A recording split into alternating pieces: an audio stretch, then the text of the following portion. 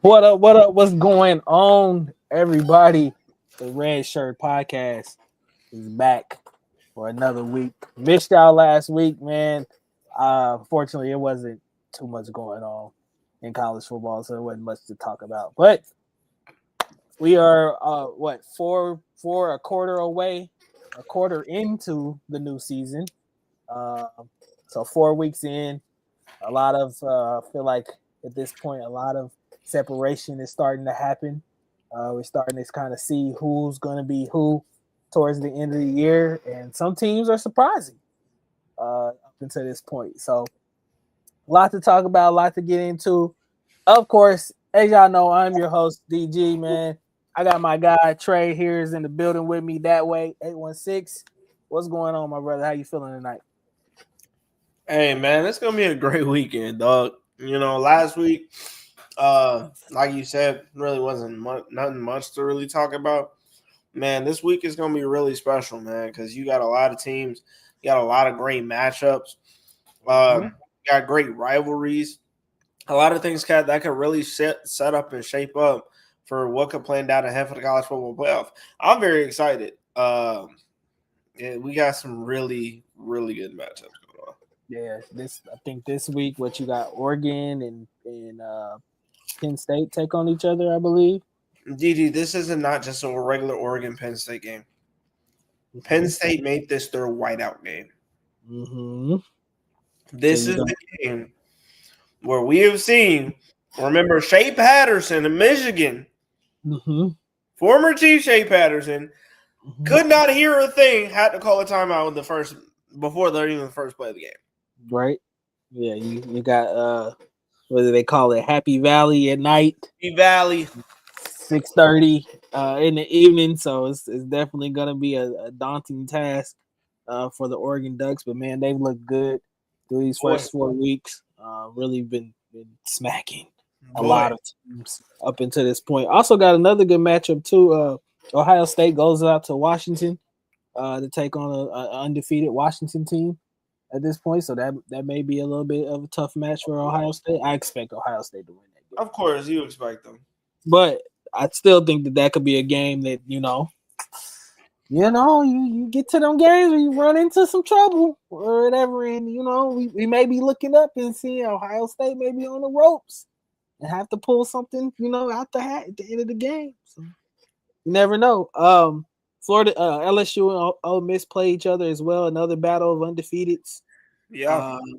That's an ABC 2:30 kick. Yeah. Who else takes on?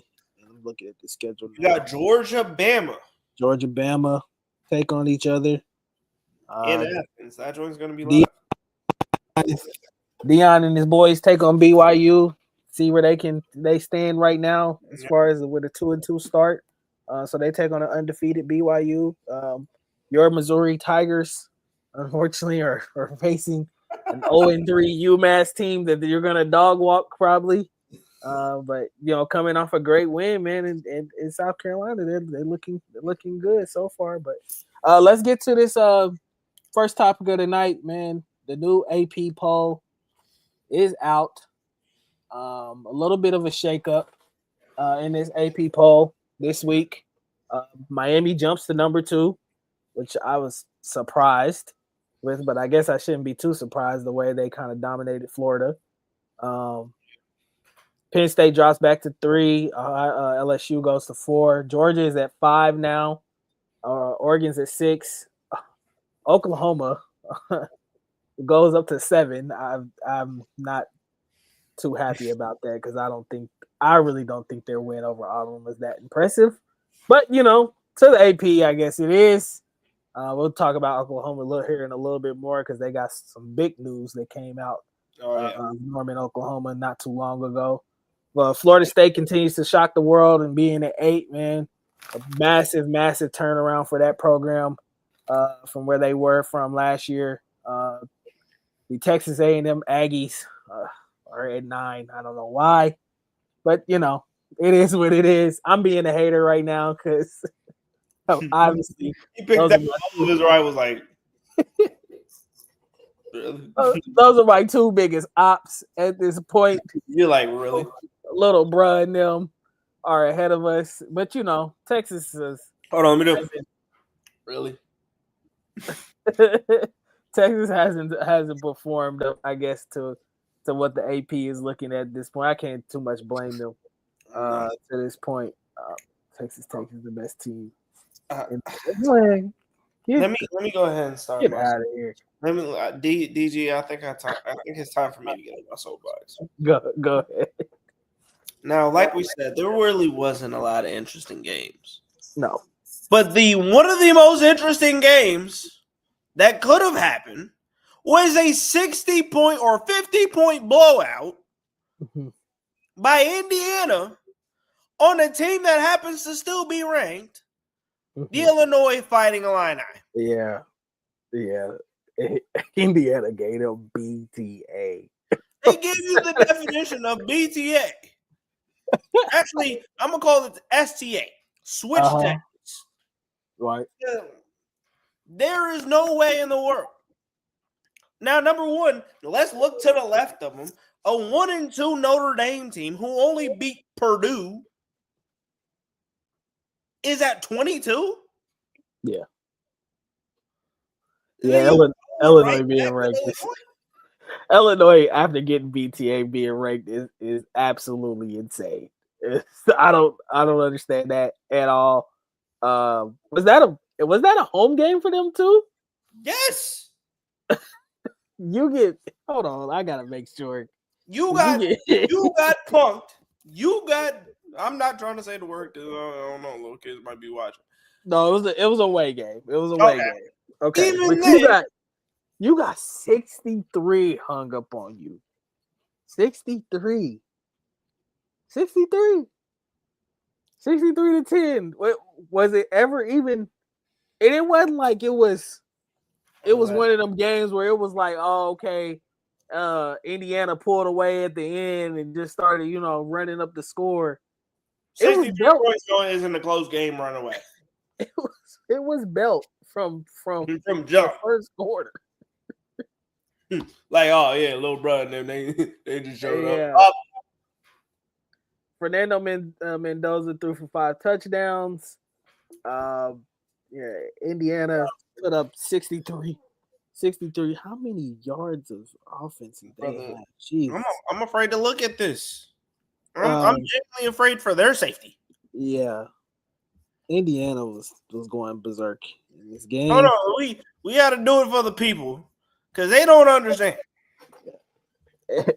Indiana put up 579 total yards of offense. 500? Yeah, they were 8 of 11. FCF teams. They were 8 of 11 on third downs. They rushed for 312 yards. Fernando Mendoza, what you just talked about, missed 2 completions the entire game. Yeah. Illinois being ranked is wild. I don't know why the Fighting Illini are still up there. But let's talk about some of these other teams, man. Texas Tech has been impressive through these first couple weeks. Michigan has stayed above the curve. Seems like Bryce Underwood is definitely going to be the guy for them for the future. Bama continues to slide. And I think eventually here in a couple weeks, they will be out of the top 25. I think that they're getting a lot of respect just because they're Bama.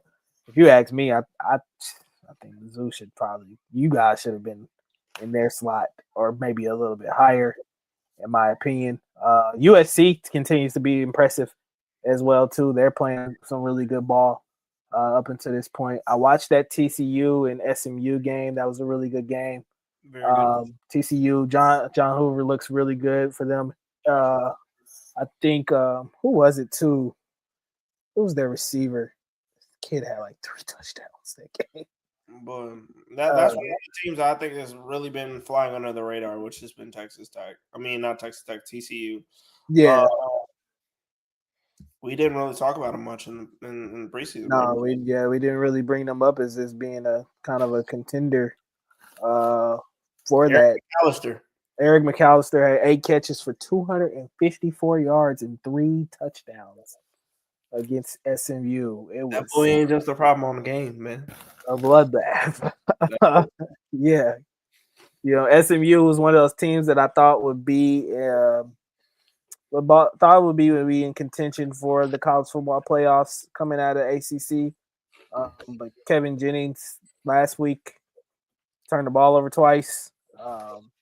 Yeah, SMU was pretty much down in that game for the majority of that game, trying to Mm-hmm. fight their way back. But really good ball game between the two of those programs. I still expect SMU to eventually work their way somehow into this top 25 and in that college football playoff picture. Yeah. But we'll see how that goes, man. Right now, who are you really impressed with? Vanderbilt is there. Notre Dame is fighting for their lives at this point. Uh, early on in the season, who are you really impressed with in this top 25, and who you see as a dark horse, kind of headed into later on to this year that you could see kind of messing up some things for some of these teams in the top 10? I think that right now one of the teams that has really surprised me a little bit. Honestly, it's been a couple of them. I think that Texas Tech, of course, that's been everybody's little bit of a surprise. Because it's like we talked about how versatile the Big 12 can be. Mhm. Nobody was really expecting an implode of Texas Tech sitting out here and doing everything else. Like I think that Texas Tech has done a great job. They were on the up and up, but you're sitting in here and you're about to start week 5, and you're talking about Texas Tech as a top 15 team according to AP polls. Like that's huge. I think the team has really been stout lately. Of course, has been Florida State. Now, mind you, they've been playing cupcakes for the last couple weeks, but you play what's on your schedule. Yeah. Tommy Castellanos, they really haven't had to use Tommy all too much, and now, mind you, putting up 77 against who was it? I forgot. And then you you're trailing right behind, and you play Kent State, and you hang up like 66. Like Kentucky, like Florida State, a lot of teams thought that this was going to be the same old Florida State team, which I was sitting over there saying, I'm like, I was wrong. I look like an idiot. I will definitely admit it. I definitely talked bad about Florida State at the beginning of the year, and they have made me look like an idiot. So I will admit it. it's been one of those things. A team that has been very good so far that is not ranked right now. I have to give it to Mississippi State. They've Yeah, come out probably very too. well so far. Now once they hit in that conference play, that could happen. That could go away very quickly, like Yeah, very quickly. But I think that right now they're kind of still rolling up on that high. They're still rolling up on that high of not for my guy Chris. beating Arizona State. So I mean, hey, I mean, more power to them. But I mean, we got to see if Mississippi State is going to be one of those teams that's going to be a surprise. They are hopefully they gotta be able to sit down and be okay with playing like a Georgia or Alabama. Yeah, yeah. We'll see how this thing shapes out, man. Um, I'm definitely been impressed with some of these teams. Definitely up here, I was definitely impressed with Oregon over these last couple of weeks and what they've been able to do. That offense with Dan Lanning out there is still electric to this point, and it's definitely going to be something to stop. Really I'm not kind of hard to stop later I'm on not in the gonna year. lie to you, DG, because I ain't gonna lie. I heard from people in different Twitter spaces. They said they don't know if Dante Moore can throw. Well, can you think that Moore can throw now? Yeah, I mean, was it 5, 6 touchdowns the last week? I mean, the big test obviously this week will be going up against Penn State and seeing how he handles that environment going out there. But I mean, for me, I don't think they've kind of missed a step since last year. I know they played Oregon State last week, and obviously Oregon State sucks. But yeah, Dante Moore was 21 of 31, 305 yards, 4 touchdowns. Uh, I mean, just like you said, you can only play who's on your schedule at this point. And if you dominate them and in that kind of fashion, can't do nothing but give you praise at this point. So you're talking about a team, man, that when we did the draft, they lost what I believe it was it Trayshawn Holden, and they lost somebody else. I think it was Ted. Fergie, They lost Des Fergie. Johnson, They yeah, lost Tennis Johnson. They Connor Lee. lost, They lost a lot of guys on that team last year. they lost Bassa, who's now a chief. Like they lost some guys, but you just plugged in. Like they just didn't even show any type of seam, no type of issues. Just bloop right in there, and they playing better than they did last year. Like this team is, I don't know what. No, I don't know if it's because of the fact that Oregon just scouts so well, or these players are able to mesh very quickly. Which I think that if you're able to mesh quickly, that makes you a dangerous team. But they have literally come in here. A freshman wide receiver named Decorian Moore. More people need to be talking about that kid. He was a five. Yes, he was a 5-star. Your Longhorns, unfortunately, were not able to get him. He's from y'all area, but was not able to get him. He goes to Oregon, gets a starting job, and is getting touchdowns left and right. This kid and these players talking about their tight end Kenyon Sadiq. I'm around Oregon fans a lot, y'all, so that's why I know a lot of these players. Kenyon Sadiq. Then they got a running back like no other. They can play about 2 or 3 different backs and be just fine. Like Dan Lanning has made this team play so well, and now they look swaggy. Because I don't know if you saw them jerseys last week, brother.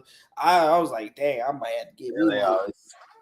You know that program is always. I mean, you're right next to the Nike factory itself. They're always gonna be tricky. Look, that little shoe dunk joint. I was like, oh, I might have to cop. Dan Lanning, has shout out to the Casey kid too. Always just done a good job of retooling, reloading pretty much, and filling that program back out to where they're going to be. They're obviously going to be a contender in this national college football landscape, playoff landscape. So I would expect them to be, I think, like I said, the test is going to be Penn State. Just how do they handle that environment? I'll be intrigued to see how they handle that, because Happy Valley at night we all know is not an easy task. So if they can go out there and get a win, man, I'll be definitely impressed. But I still won't be down on them if they go up there and they lose. Obviously, still a tough place to play. But yeah, Penn State is definitely a tough team, and they're not number 3 in the country for nothing right now.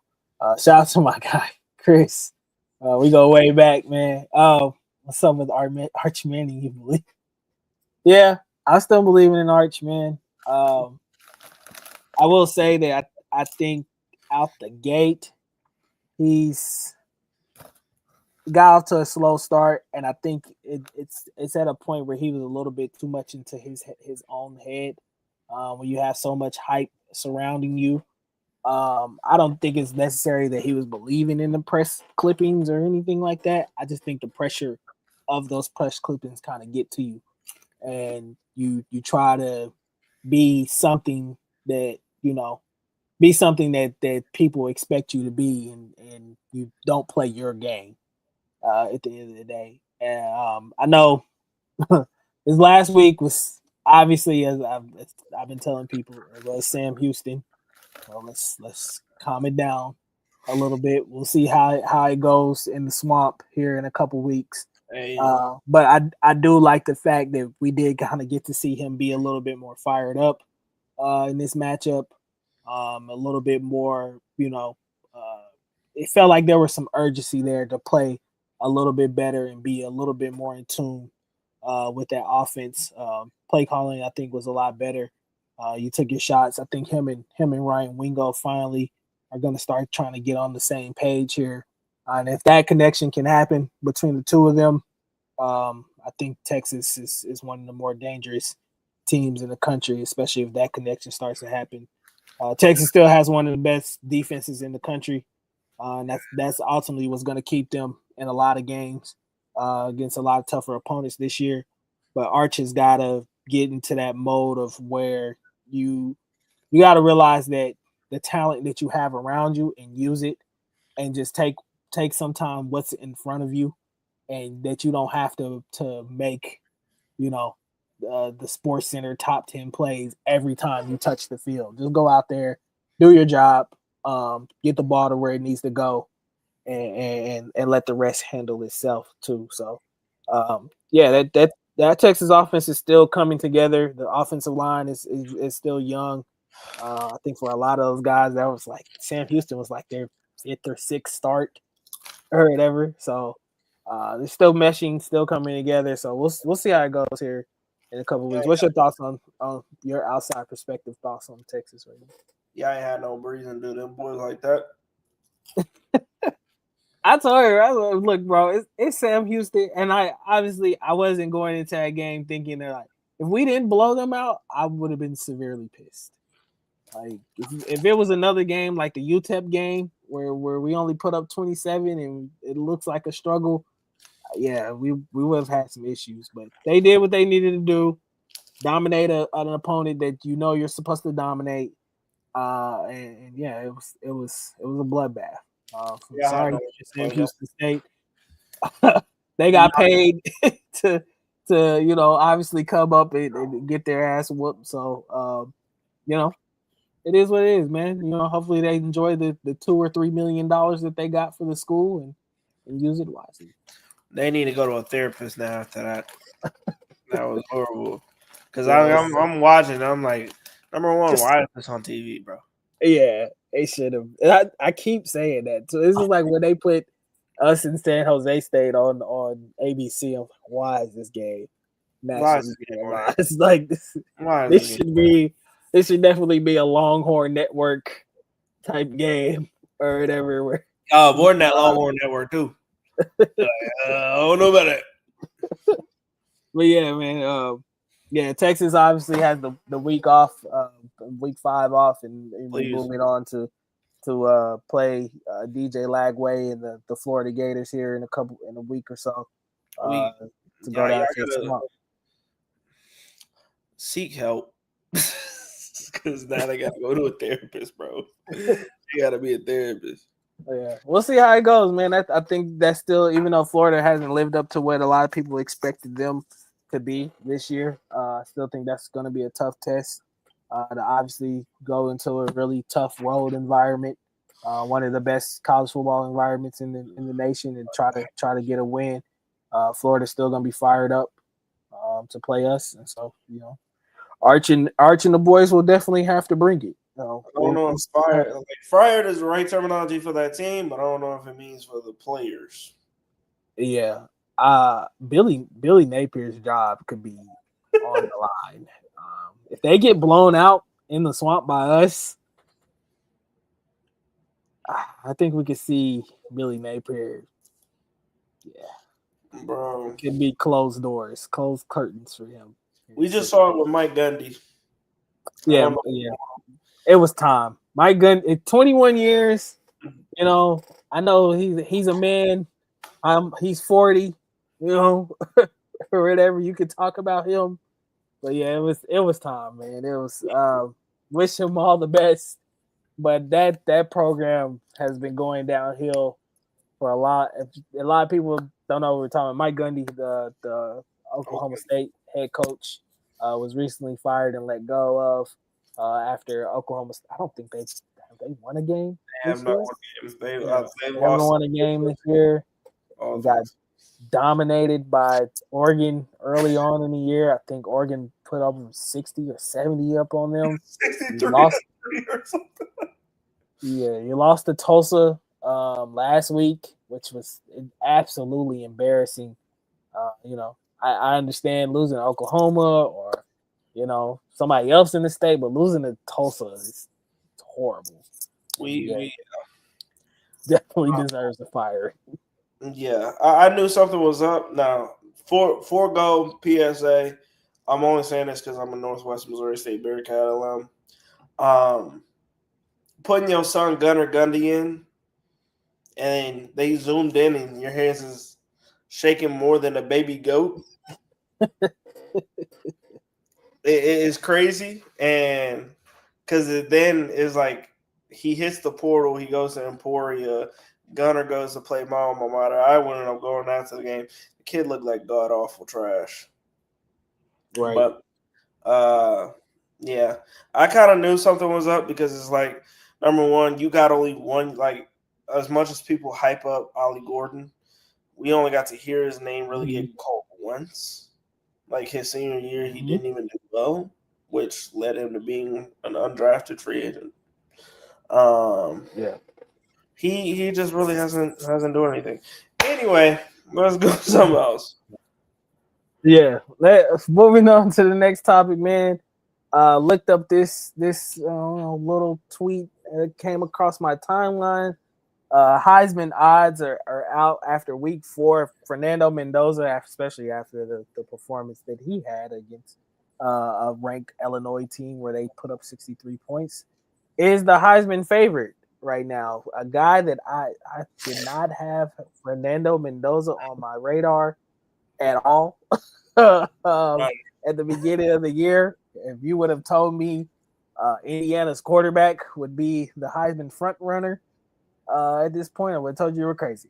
So, but yeah, a lot of the guys, Dante Moore, obviously up there as well. Carson Beck, who I call Doofy, is has had a great bounce back season at Miami. Miami has definitely turned itself back into a national powerhouse again. Got those boys at number 2 in the nation. Gunnar Stockton obviously has kept Georgia to the perennial powerhouse that they are. Marcel Reed continues to impress at Texas A&M.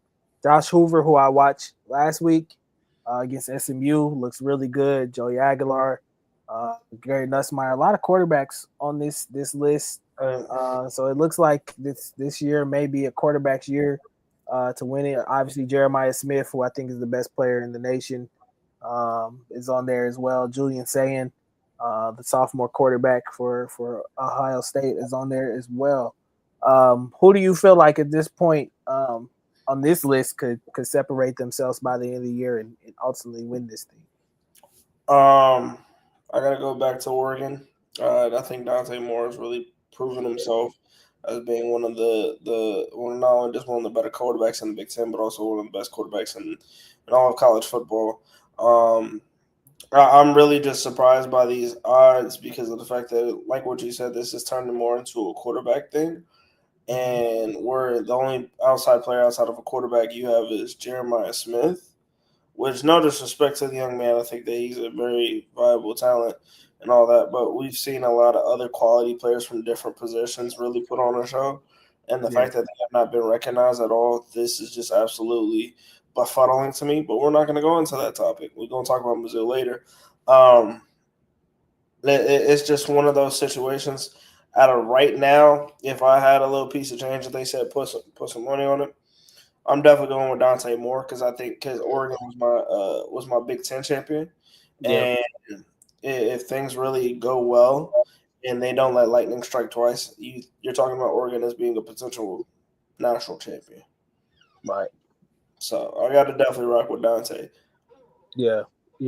I would ultimately, I think if Oregon can walk into Happy Valley this weekend, he has another impressive outing out there. I think he's obviously the front runner going into next week, probably for the foreseeable future in this college football playoff hunt.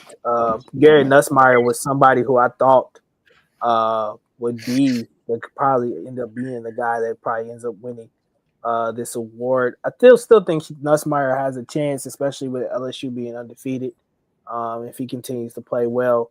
But right now, yeah, if I had to pick a guy who's probably going to end up winning, I think Dante Moore could end up being the guy. I think Carson Beck as well too has a legitimate chance, especially if Miami stays at the top within the top 5. Headed into later on in this season, he continues to put up the numbers that he's putting. If I had to pick a dark horse right now, I would say it's probably either between Marcel Reed and Josh Hoover. And then obviously Jeremiah Smith could always end up popping off and end up being in that race too. I think he might end up being a finalist regardless. of what happens with the rest of these quarterbacks. Anyway, I'm surprised there's no running backs on here right now. But honestly, I haven't really seen an impressive running back that I would, put on the list. Maybe you have. I don't know. I'm at a blank right now. So, Ahmad Hardy. Ahmad Hardy. Yes, of course, for Mizzou. I know the way you look. Yeah, Ahmad Hardy has looked well. I think that may come more so if Mizzou continues to have the success that they're having at this point. So I think he's probably getting on a lot of people's radars right now, but it's still some time left to see.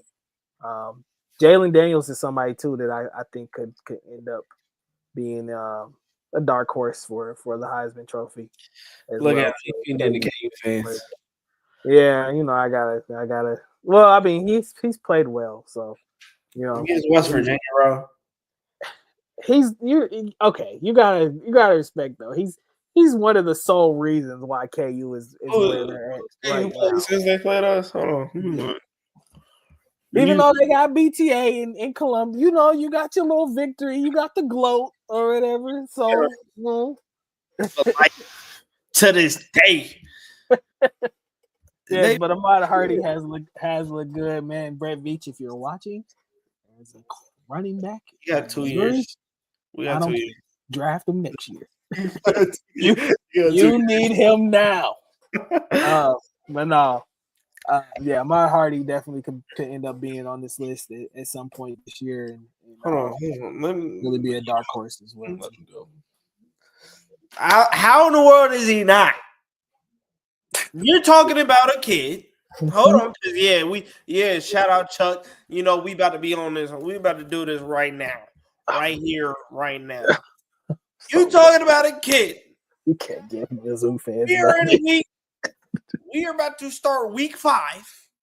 A kid who has 79 yards, 79 carries, 600 yards, and 6 touchdowns. A kid who, since he stepped foot on campus, as every week has put up 100 yards a game. True. I think it's like 7 or 10 consecutive games with over 100 yards. I'm like, this kid is a dog. Yeah.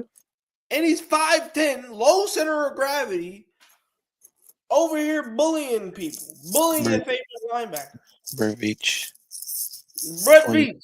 2028. He can catch out of the backfield too and chip block. 2028, brother. We're talking about a kid. That boy, only a couple people knew about him. Yeah. And I think that's what it is. That's the thing. But he was leading the league in yards last year at ULM. Yeah. Yeah, but I mean, who's really gonna respect him and ULM? I think the move to Mizzou. Is a country boy. This is a country fed boy. Yeah. The move to Mizzou is definitely helped. And I think they, like I said, with the success of Mizzou continues to win and keeps doing what they're doing.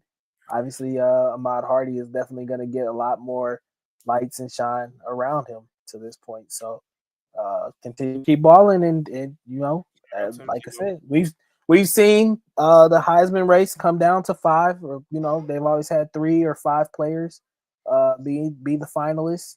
So it wouldn't surprise me especially if Mizzou is in playoff contention towards the end of the season, and it wouldn't surprise me if Ahmad Hardy was in there. Yeah, I'm gonna save my soapbox for when it's time for us to talk about my team. Okay. Before we get to your team, let's move on.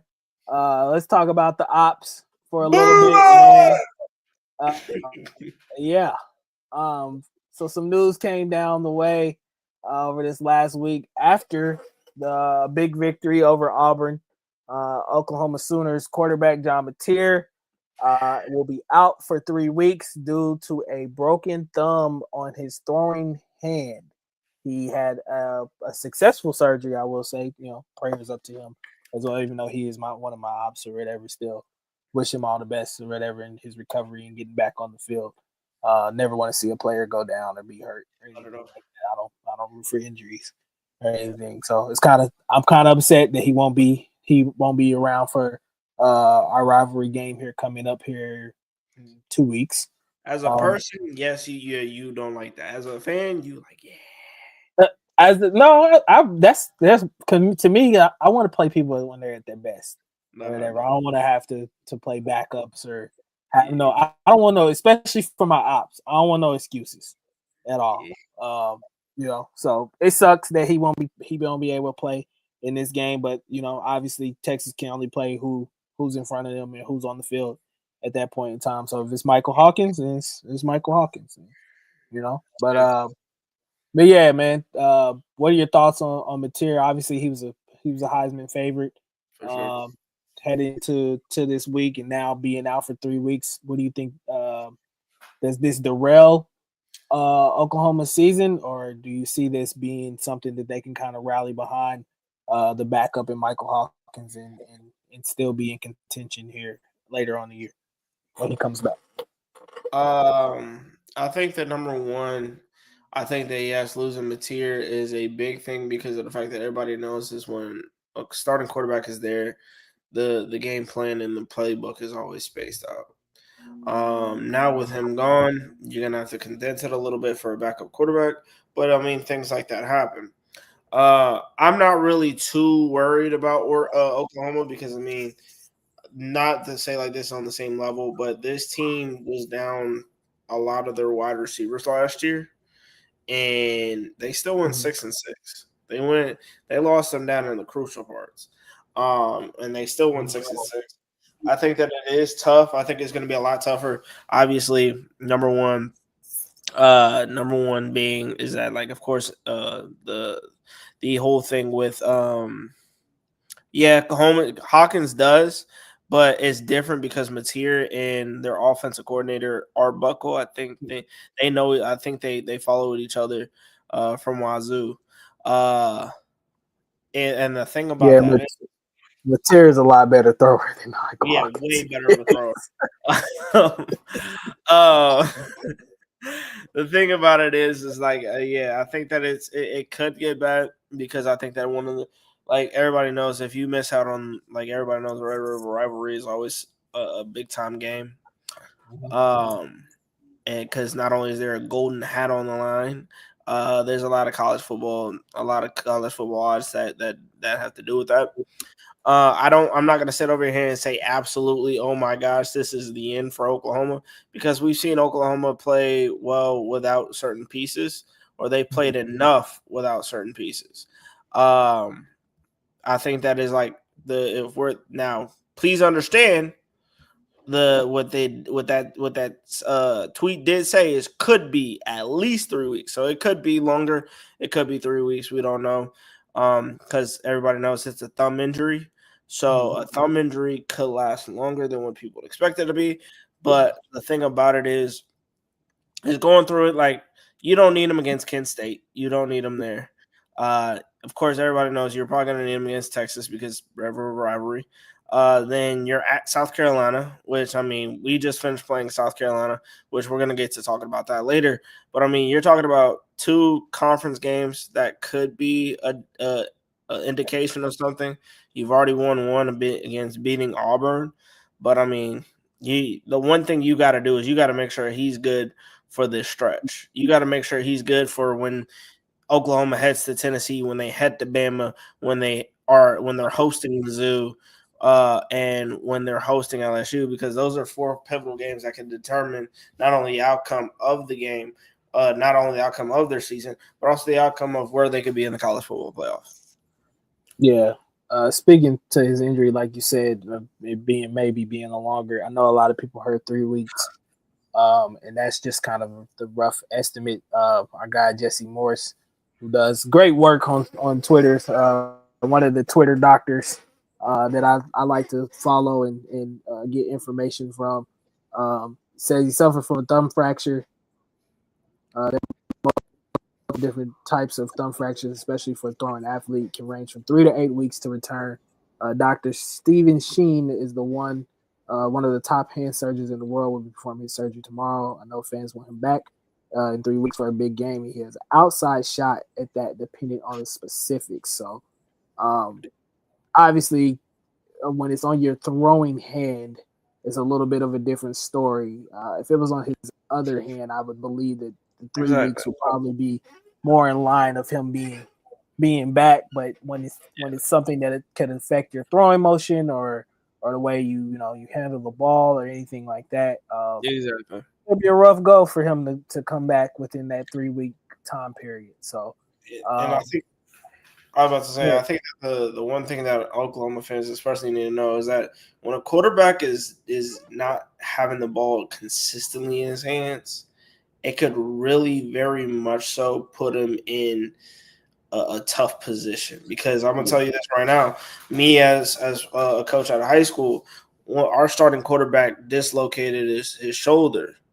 And we're just not getting him back. And the thing about it is the one thing he's been talking about is his soreness in the shoulder, because he has not been throwing the ball.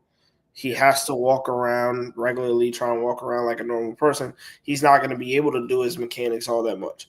So being able to re-grip his hand, i.e. also like what Joe Burrow did, it took him a minute because of the fact that he had a fracture in his hand, and it took him a minute to get a grasp on the ball, get back to his throw motion, and still be able to get back in the game speed. So I mean, like it may seem like, oh, this is just a little injury, but I mean this could deem impactful for Oklahoma if he's not back for Tennessee or Bama or like even Mizzou.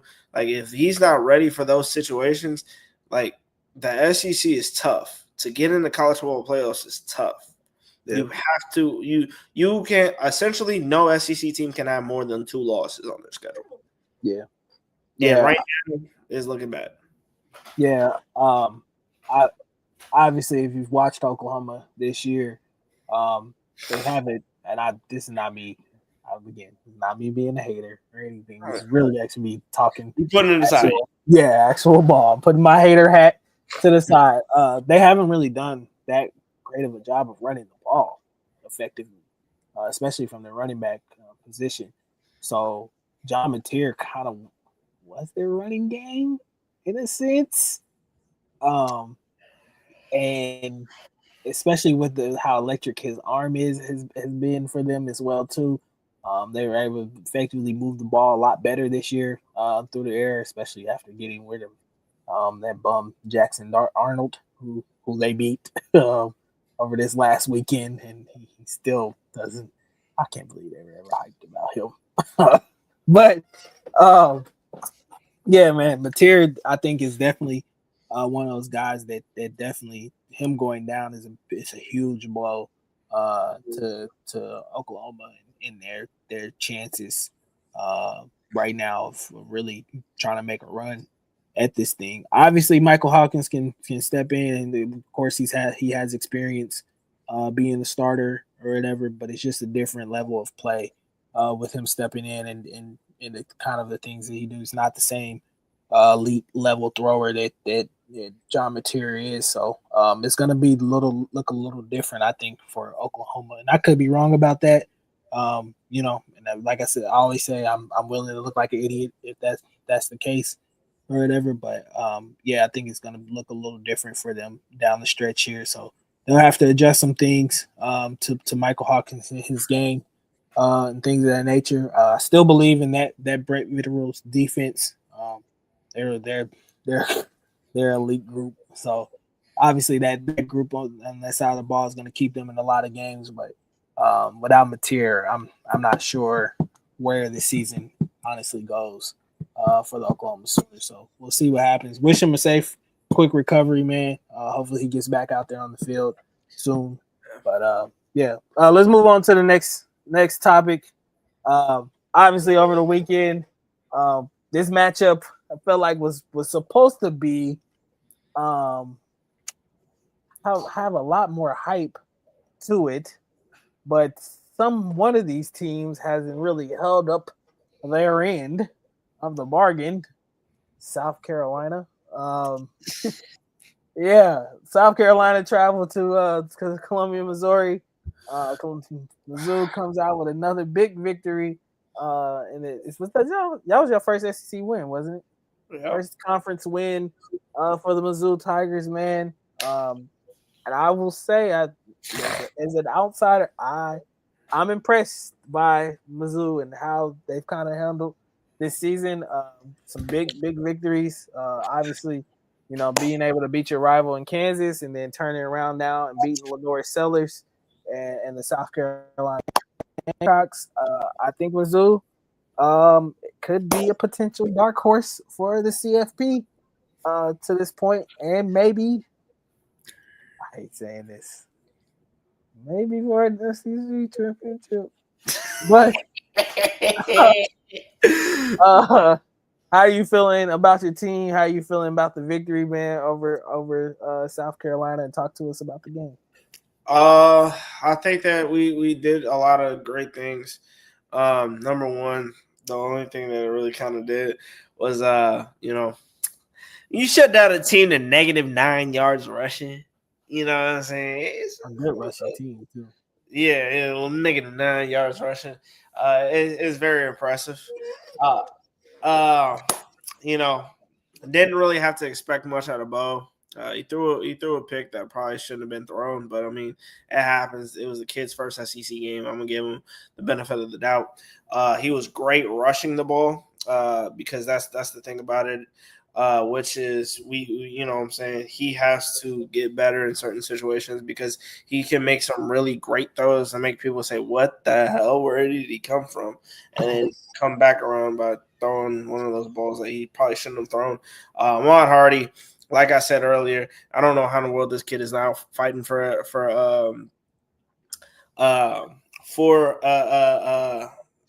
Heisman campaign because, again, this kid is leading all of SEC in rushing yards, and he's one of the top backs in the country. In my eyes, of course, he's going to be the top back. Defensive line-wise, I think Mizzou is showing a lot of promise. We got a lot of great guys who can play that ball. I mean, who can really pass rush. I was going to get to the secondary. Secondary just got to tighten up a little bit. The one thing you can't do is when you're giving up -9 yard rushing, it looks really great. But then when you come back around and you say, damn, they gave up 300 yards passing, that's not good at all. I think the thing about it is the thing about Drink this year compared to previous years is Drink ain't selling for that shit. Excuse my French, but he's really not because, I mean, out of all the coaches, any coach would have been happy because of the fact that the team almost hung 30 on one of the top defenses in the SEC as well as one of the top defenses in the country. He wasn't satisfied, which I'm excited. My coach isn't satisfied about it. Definitely got to tighten up a little bit, but some people had South Carolina in the college football playoff, and we talked to Gabe earlier. Gabe said right now the bar that we needed to look at was South Carolina. I think that we did a lot of great job because we made Lenore Sellers look not that great, and he was one of the most hyped up quarterbacks. Absolutely, I'm glad about it too, Chuck. He was really hyped up during the preseason, and this young man should have thrown 3 interceptions. Straight case in point. If we're gonna keep it a buck, like I saw, he should have thrown 3 interceptions. Nick Rodriguez, one of our linebackers, one of our young linebackers, he dropped one. I believe Toriano Pride, if he would have located it a little bit better on his outside shoulder, he would have gotten one. And I don't remember who was the other one. I would say it was probably a safety. It was probably Dalen Carnell. But yeah, he was like, we really should have gotten them off the field 3 times for turnovers. But all in all, dude, like Mizzou, if we can tighten up that secondary, and you have an offense, the one thing about it is when you have an offense where your quarterback doesn't have to do everything, that makes your team an absolute problem. Obviously, offensively, a guy from Texas, I think Dickinson, Texas, a guy number 2 at 5'10" by the name of Marquise Johnson. A guy that I talked to on Twitter, his name is Deshae. Shout out Deshae. He trains him, And I mean, when I sat over there and I saw this kid run a crosser, Bo put it a little bit high, right? Bo throws it a little bit high. This kid, while he's running a crossing route close to the boundary, goes up and bloop, takes it out of here one-handed and turns it into like a 15-yard gain, almost a touchdown. Like, this offense is there's a lot of potential. This is why I try and tell people all the time. My Tigers, yeah, it was high and behind Chuck. It was one of those situations. My offense, if we are up and rolling and we just let Bo be Bo, which I have absolute not. I haven't had this type of confidence in a quarterback in a minute. If we just let our quarterback just be Bo, he can be one of, if not the best quarterback in the SEC. He can be one of, I'm not going to say the, but he can be one of the best in college football. I mean, and plus, I mean, I don't want to bring it up to tick off any Penn State players or any Penn State fans, but if you compare quarterbacks, your backup compared to your starter, your backup got way better numbers. But yeah, you know, it's nothing too crazy. We ain't gonna get too much into it. But yeah, Penn State, I think we got the better quarterback. But I think all in all, it's just like this offense is very high potent. It's a high potent offense. If your defense is able to keep you in the game, I'm gonna agree. I think that if we can continue to do what we got to do, we can definitely make a run for the college football playoff. People told us, they said the win DG. They said our win-loss spread line was 7.5. Mm-hmm. It was 7.5. Mizzou is 4-0. Mm-hmm. And they haven't played Mississippi State yet. I think we're going to beat Auburn. I have confidence that we're going to beat Auburn. Y'all should beat Auburn. If y'all don't beat Auburn, y'all have issues. Yeah, then we got issues. We still haven't played Arkansas, which Arkansas, how about giving up that loss to Memphis? We haven't played UMass. We could go into the bye and getting ready for play Bama 5-0, and all we got to do is win 3 games. This is the thing. This Tigers team, I'm gonna say this right now. I get it. We had LB3. Shout out LB3. We had Theo. We had Nate. We had Nate Noel, Marcus Carroll. We had a lot of potent offense. This team looks a lot more potent than a Brady Cook-led offense. And I'm really excited for it. I think that right now, you know, Trent, he's focused on UMass. A lot of teams will start focusing on Bama. I know, right? We're rocking and rolling, man. I think that we look really well. I think that we're doing a great job. If we keep it up, I told people countless times. I said that our floor could definitely be 8-4, and our ceiling could be 11-1 or 10-2. And right now we got a quarterback named Bo Prabula. I'm not gonna start with him. We have a quarterback. Too much on Brady, man. Yeah, chill out on Brady. We got a quarterback in Bo Prabula who's really putting people on notice. We saw what people said. We keeping notes.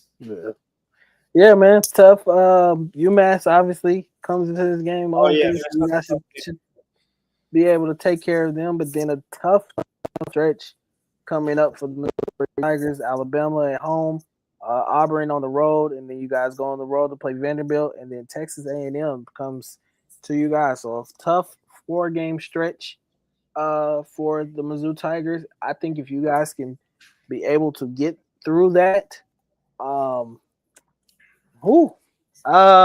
yeah, we could be talking about Mizzou definitely being a contender in this thing, and really at a spot where a lot of people are gonna start having a lot of eyes on you guys. I'm about to sound like Jonathan Majors real quick from Creed. Hey man, y'all better hope and pray. If Mizzou has anything looks like the team that I've seen.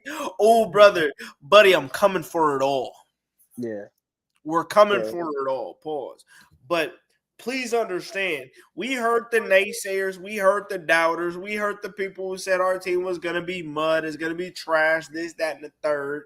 Yeah, y'all better hope and pray something sparks for other teams that stops us, because buddy, we're coming. I'm gonna be unbearable on this app. Obviously, man. So as we're getting towards the middle of this season, and it's like I said, it's starting to become some separation or whatever. So I kind of want to go through a little bit of this and do a little bit of buying or selling on certain teams in this thing. So first thing I do want to bring up the University of Miami, Doofy and his boys. Don't he look like Doofy, bro? Don't look like Doofy to you? His name should be like Dewey or. Oh, sure, but Doofy, bro. No, he looks like. He just looks like a doofus to me. Like he just looks so goofy, dog. Like, see how fucking you, baby. Yeah. But yeah, are we buying? And this is for people there in the comments too. Buying or selling on the University of Miami, the Hurricanes, man. Buy or sell on the stock of them being a national contender. Are you impressed? As I look through their wins, they beat Notre Dame. They beat Notre Dame. They did beat Notre Dame. They beat up on Florida, which I expected them to do. And then they beat Bethune and they beat USF. I'm in the middle there because I really wasn't high on Notre Dame to begin with. I'm never high on Notre Dame at all until they join a conference. Florida is absolute trash. Right now, I just think right now I'm not really sold on Miami yet. I think that if they beat Florida State, I would buy it. But as of right now, I'm not buying it right now. They really haven't done anything special. We talked about Jeremiah Love during the preseason. Jeremiah Love has not looked like Jeremiah Love we used to know. So I'm not buying it. So maybe I should add that. Let's go buy, sell, or wait on stock. So we're waiting. We're gonna wait on the stock for Miami. Is what you're saying? Yeah, we're gonna wait. We're gonna let it buy, sell, or wait on LSU. They call them boys the Bayou Bengals. I'm buying, dog. I think I'm LSU. buying them right now. I love what. Shout out Blake Baker, former Mizzou DC. That defense looks a lot different than compared to the last couple years. That defense looks like a lot better. And we're talking about Garrett Nussmeier. Garrett Nussmeier, he hasn't been amazing, but he's done exactly what he needs to do, is to just get the job done. And LSU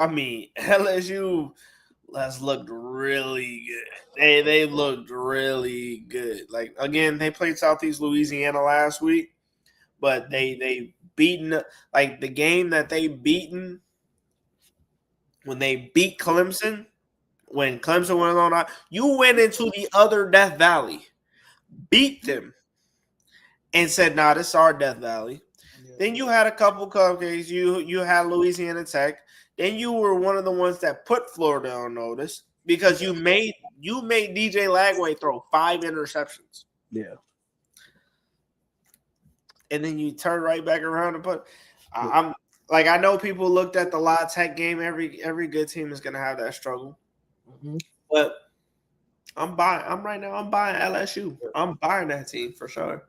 Yeah, obviously a tough game coming up for them this weekend against Ole Miss, especially on the road. So we'll see how they handle that. But I'm I think they're one of the best teams in the country right now. I think that they're going to be in this thing as one of the contenders is for the CFP here later on in the year. So I definitely will buy the stock of the LSU Tigers. I don't see many teams being able to beat them, especially once they get into this conference play here. They got South Carolina, Vanderbilt, Texas A&M, Bama, Arkansas, Western Kentucky, and Oklahoma to finish the year. So I honestly I don't.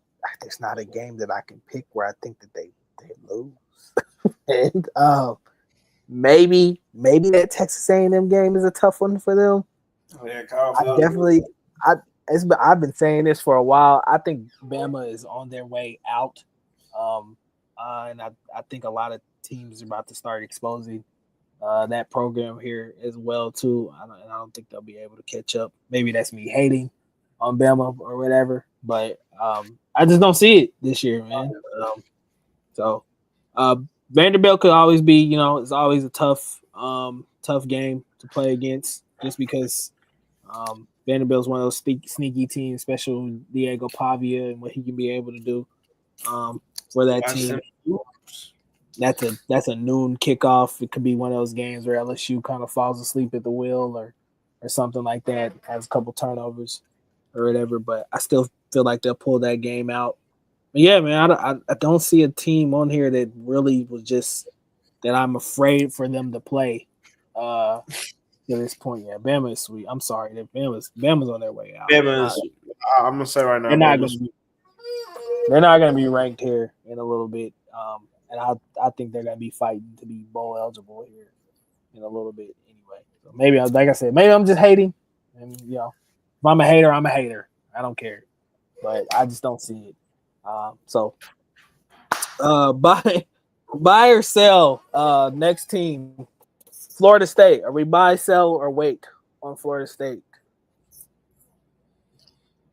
Man, I'm buying it again. I told people a lot. That boy Tommy Castellanos ain't nothing to play with. People clown FSU because they had Gus Malzahn as their OC. And right now, I believe somebody told me they're averaging about like 50-something points a game. Mm-hmm.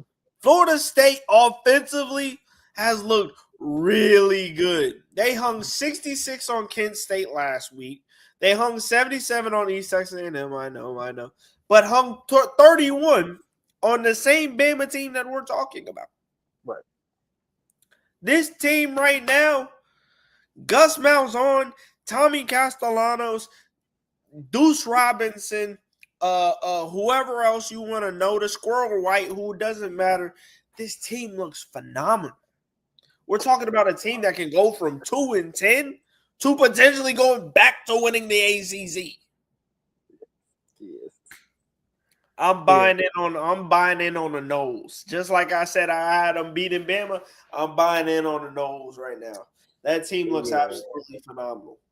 Yeah, I didn't. Like I said, I didn't expect Florida State to look this good this early on. But yeah, it's definitely been able to be a turnaround for them. I will say I'll wait. I'm on the borderline of buying, more so just because of the conferences they play in. I don't think that there's many teams in the ACC that Clemson is a shit show at this point. And then a lot of people would have thought North Carolina would have been able to compete, but Bill Belichick doesn't seem to have the juice at that program right now. So yeah, I don't think the ACC is like ultraly competitive to where Florida State should have to really worry. But I will say I will err with a little bit of caution, just to see where they end up being at towards the end of this year. Obviously, Georgia Tech is in that conference as well. They still have to play Miami at a certain point. So those could be some tough games for them coming up. Louisville could be a tough one as well. Yeah, they play Miami. They take on Miami the same weekend. Texas plays Florida. That's actually the ABC night game. That's gonna be a good game. So on October 4th. So I'm gonna definitely be locked in for that one. Oh yeah. But yeah, man, some good matchups coming up for them. But I'll say I'll wait on the Seminoles right now. But it would not shock me if they end up being a contender here Oh yeah. later on towards the end of the year for the CFP. Oh yeah. Buy, sell, or wait on Texas A&M.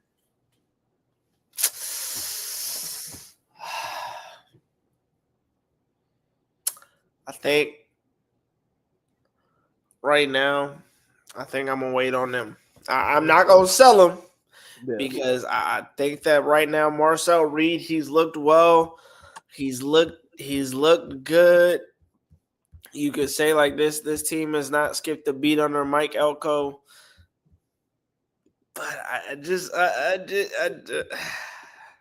don't really see a spot where I can say, yeah, Texas A&M looks really good because again, they beat the teams that they're supposed to beat, but they were real close to losing to Notre Dame. Yes. Very close to losing. 1 point victory, close to losing. Yeah, like he makes a field goal, you lose. Yeah. Yeah.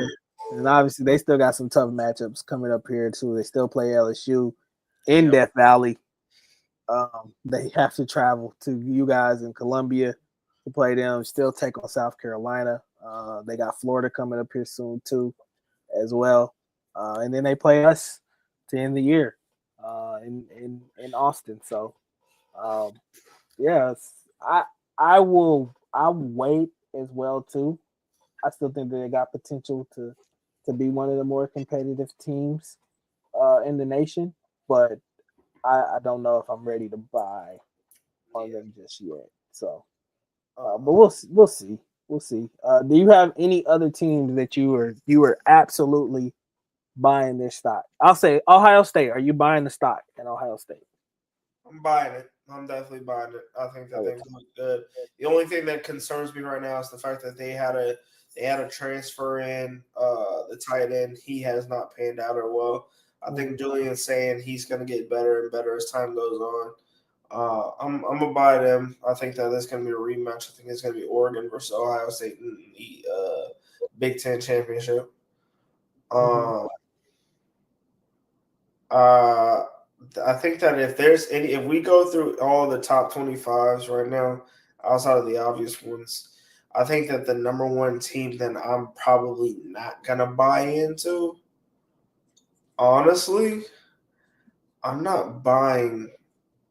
When I say this, hold on, let me get up because I need to say this when I say this. The number one team that I'm not buying into this year, out of everybody, hold on, let me pull out everybody because I don't want to mess nobody up. Then we can pull up the AP. Yeah, pull it up. Yeah. I'm gonna tell you the number one team that I'm not buying stock into is that team right there, number 3.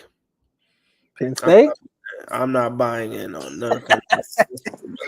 You're not buying stock into the. I ain't buying stock. Lions. I ain't buying stock. They beat Oregon this weekend. Okay, then they'll go from not buying to wait probably. But I think the number one thing about it is I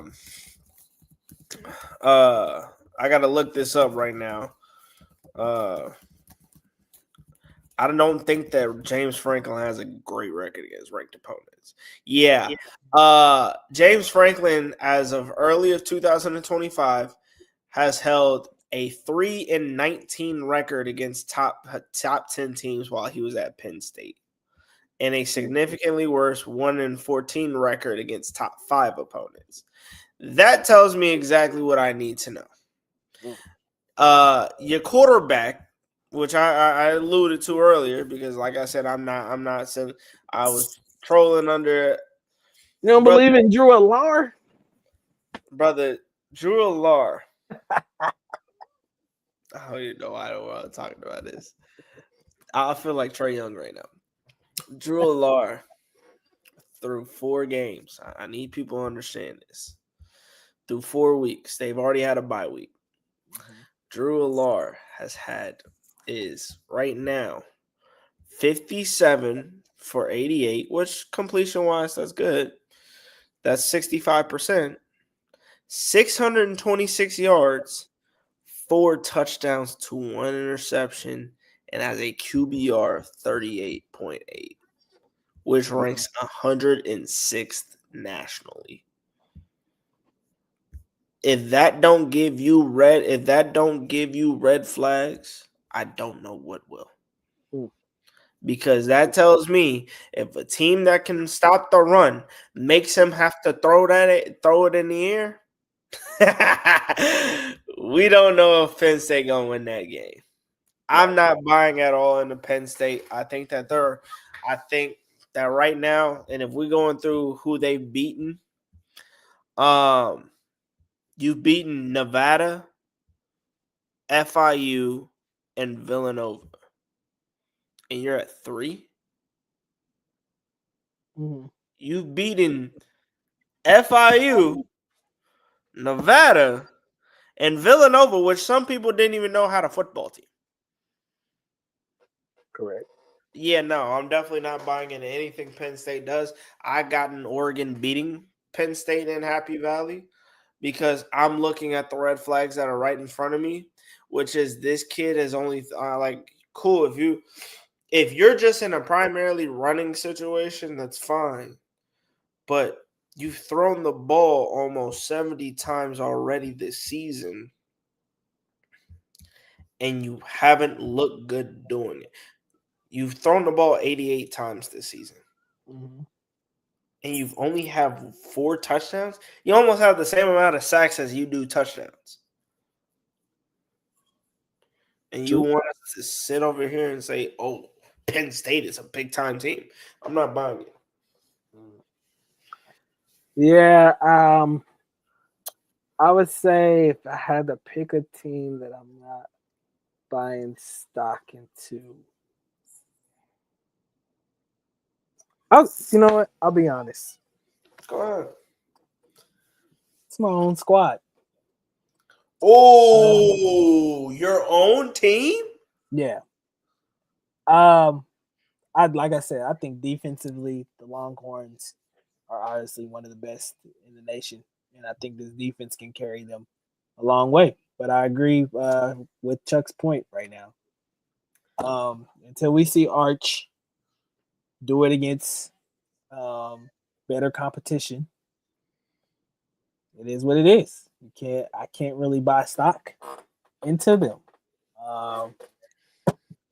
He has to be better against the Floridas and the Georgias, and I have to see that and I think this is something that a lot of people should have been looking at to this whole season. Why I kept telling people that he wasn't going to come out after this year. I still think he needs time. He needs time to process the game at this level. I think that there are some points and times where he's a little gun shy out there. I think he's so afraid to make a mistake that he's making mistakes. And it's obviously causing him to play very timid. And as we all know, you can't go into the swamp being timid. You can't go in between the hedges in Georgia and being timid. You're not going to beat Texas A&M being timid or anything like that. You have to really go out there with confidence, knowing what you're doing and playing well. It's funny to me. This is hilarious. It's funny how life comes full circle. All the defending that I did of Quinn Ewers, and now Texas fans want Quinn Ewers back. I've heard that.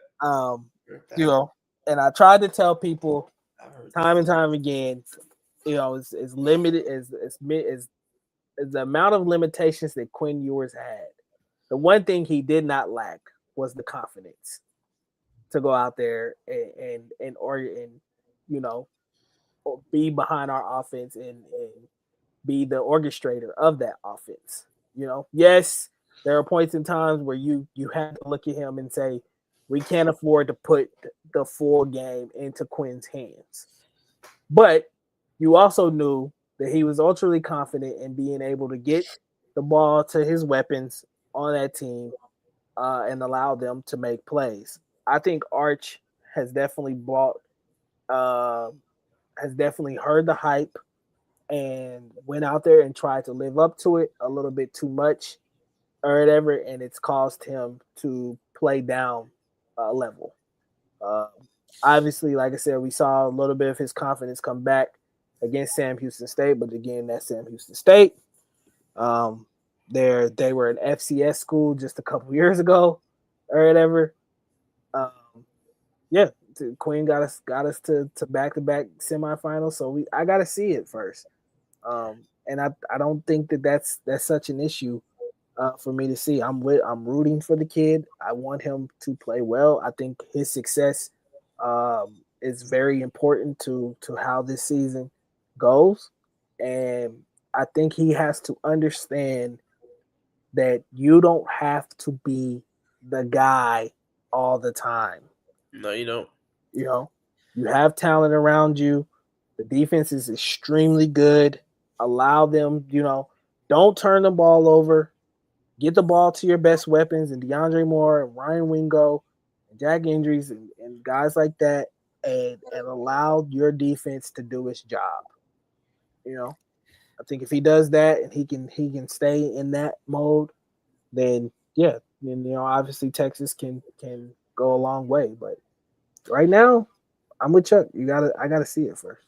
I think that the biggest and the most interesting stat, and don't shoot the messenger, everybody. Sam Houston State was the only team that has not picked off Quinn Ewers this year. That was the only. Y'all are in week 5, and that was his only game that he has not thrown in. Arch. You said Quinn. Oh, yeah, Arch. My bad. Mm-hmm. That is the first game that Arch has not thrown an interception. Yeah. So you're telling me he's thrown a pick. Of course, he's going to throw a pick against Ohio State. That was the first game of the year. Yeah. Nobody's going to doubt you for that. You threw a pick against San Jose State. Mm-hmm. It was not a good ball. Yeah. The UTEP. I don't even want to talk about the UTEP game. The UTEP one. That might be the worst game of his career. And it was bad.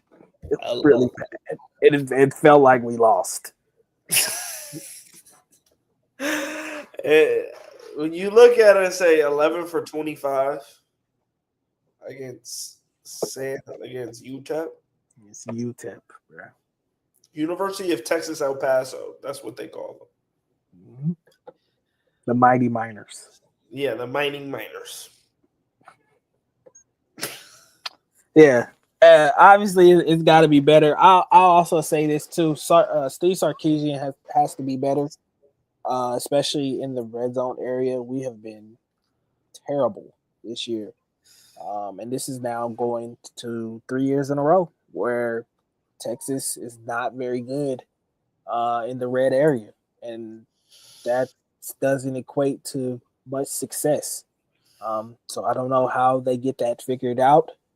At this point, I think that there's a solution. You could just, obviously run the ball a lot better down in that area.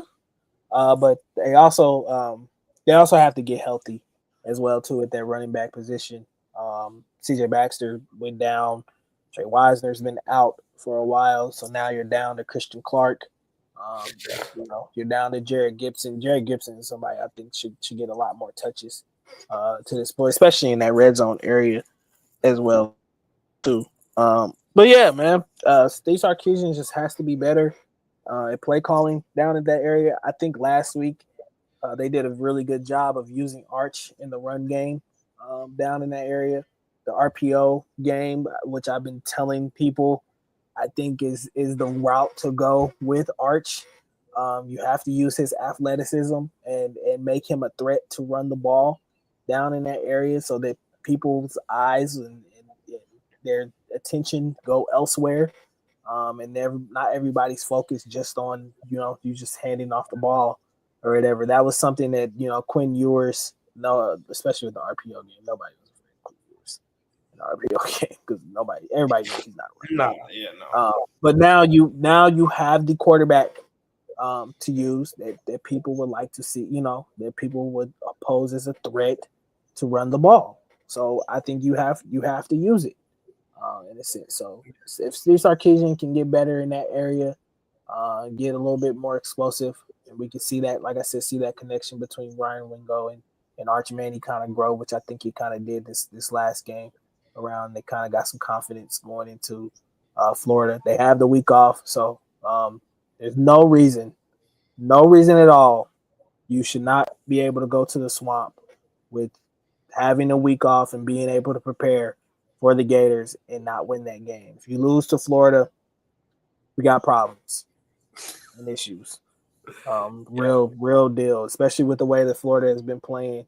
They haven't looked good. You need to really go into the Swamp and make a bad team look bad. So, yeah, man, not buying stock so right now on Texas. We'll see where it ends up. But I think that's we were gonna get to something else, but we kind of run it up. We can do one more. Yeah, we'll save it for I want to do that because I want to do that I got something really special planned here soon for an episode. I think that's gonna take up the whole episode. So next week, man, we'll be back again to discuss, the college football landscape and how everything is going. Talk about some of these matchups that are happening this weekend. Follow us on Kingdom Cast and let us know if you are a college football fan as well. Follow us on our respective Twitters at _ keep it prolific at that way 816.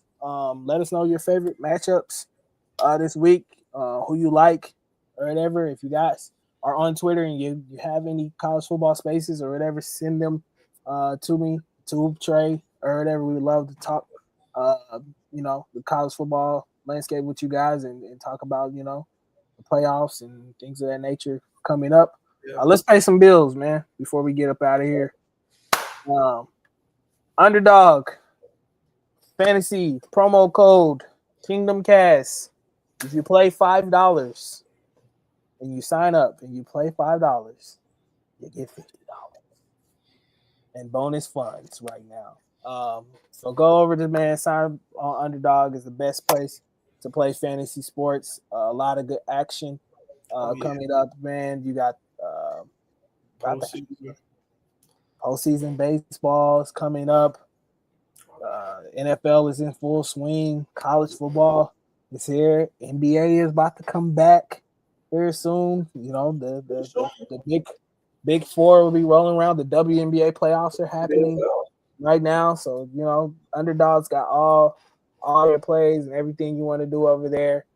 Sign up right now and use that promo code. Like I said, play $5, you get $50 as well.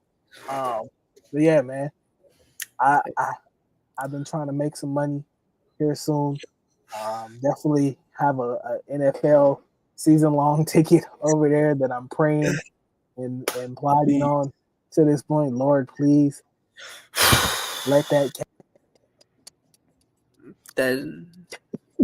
because Lord knows I need the money. We'll see how it goes. We're gonna get to our other sponsor. If I can pull it up here. Yeah.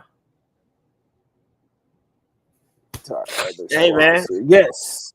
Yo. Other sponsor, man. Talk to us about it, Trey. Hey, man, wings and things, we still getting it going. You know what I'm saying? Whenever you have a chance and whenever you have an opportunity, the game day box is always a great one. This is back from week 1, so it's not on a Friday anymore. But I'm pretty sure the game day box in general is still active and available for only a low price of $28.99. You get 10 wings and wangs. We know how big the wings and wangs are. The flats and the drums. They ain't holding you, boy. They letting y'all have the flats and the drums and all that. Then we already know how much a large fry is, right? We already know how much a large fry is. That thing go for like $6, $7, $7, something crazy. And then you add a nice little large tenders. They don't. That's the thing. y'all, if y'all have never been to Wings and Things, the one thing Wings and Things never does is they will never ever give you small wingettes. They give you the big joints, the big full joints. Hey man, I'm gonna tell you this right now again. I said it before, I'm gonna say it again. Winnetonka, we had one of these for our pregame meal, for our coach's pregame meal. Ate it up, man. It didn't even last. It was old. We ate it before we even got on the bus. And we all left out and we had a great time. We had a great game. It's a great time whenever you got a friend, when you got friends over, you got family over, you meeting your girl new parents, and they don't know, they ain't never heard nothing about Wings and Things. And he was like, bow, and you can call yourself a contributor, and you only use a little bit of change in your pocket. Boy, it goes a long way. Hey, don't ever sleep on good old Wings and Things. It's always a good spot. So no doubt, go ahead and get that game, get them Kingdom Cast game day box. As soon as you get it, hit up DG, hit up me, hit up Kingdom Cast, hit up Country, hit up CJ, hit up D-Mac, hit up whoever it is, Chuck, hit up everybody that's in Kingdom Cast and say, hey, I got that Kingdom Cast box. I got it. And we're gonna show love. Yeah, man. Yeah, man. Pull up on Wings and Things, man. 5800 Truths, man. Been a staple in the city for a long time. So pull up on them, man. Get that game day box. Like Trey said, it goes well with any game day party, or if you're just looking for something to munch on on a regular day or whatever. It's regular day. Go up there and get you a four-piece wing with a little fry and a large strawberry drink. You gotta get a large strawberry, no ice. But yeah, man. Shout out to Wings and Things, man. Appreciate them always being a sponsor, man. Always showing us love as well too, man. That'll do it tonight, man, for us. We appreciate everybody for pulling up, talking ball with us. What was you gonna say? High schools a little bit. Oh yeah, shout out to the local high schools, man. Lee Summit North. I heard they there's a game of the week going on. Northtown is playing Kearney. That's it. Northtown Kearney going head to head, man. That's gonna be a good one. I heard North KC has a really good team this year as well too. Shout out to all the inner city schools: Central, Lincoln, Ruskin. Trying to think of more as well too. Prayers up for Grandview. We heard about the quarterback, Grandview starting quarterback. If the Grandview starting quarterback is watching, we rushed you a whole thing. For the people who are not familiar, he broke his collarbone last week on a bad snap for a PAT, which is, everybody knows that, especially if you're a parent and you see your son going through that, I know that's a very traumatizing time. Prayers go up to you and to your family, and we wish you best recovery. Yeah. Shout out to Grandview, man. Shout out to all the local teams, man. All the local kids playing on Friday nights, man. Continue to ball out. Continue to go after your dreams and everything in between, man. And play and be safe out there, man. Be safe for sure. Play fundamentally sound, and be safe, man. But yeah, appreciate everybody for pulling up tonight. Kingdom Cast is back tomorrow to preview Ravens versus Chiefs. Tell the Truth on Tuesdays to go over a review of Ravens versus Chiefs after the game as well too, and we'll be back next Wednesday to talk college football with you guys as well too. So follow Kingdom Cast for sure. Kingdom Cast. Go follow us, man. Subscribe, like the channel, send it out to somebody. Tell your grandma, tell your mama, tell your friends, all of them. We will see you out on the other side. Peace. We love y'all. MIZ, baby. Let's go to work.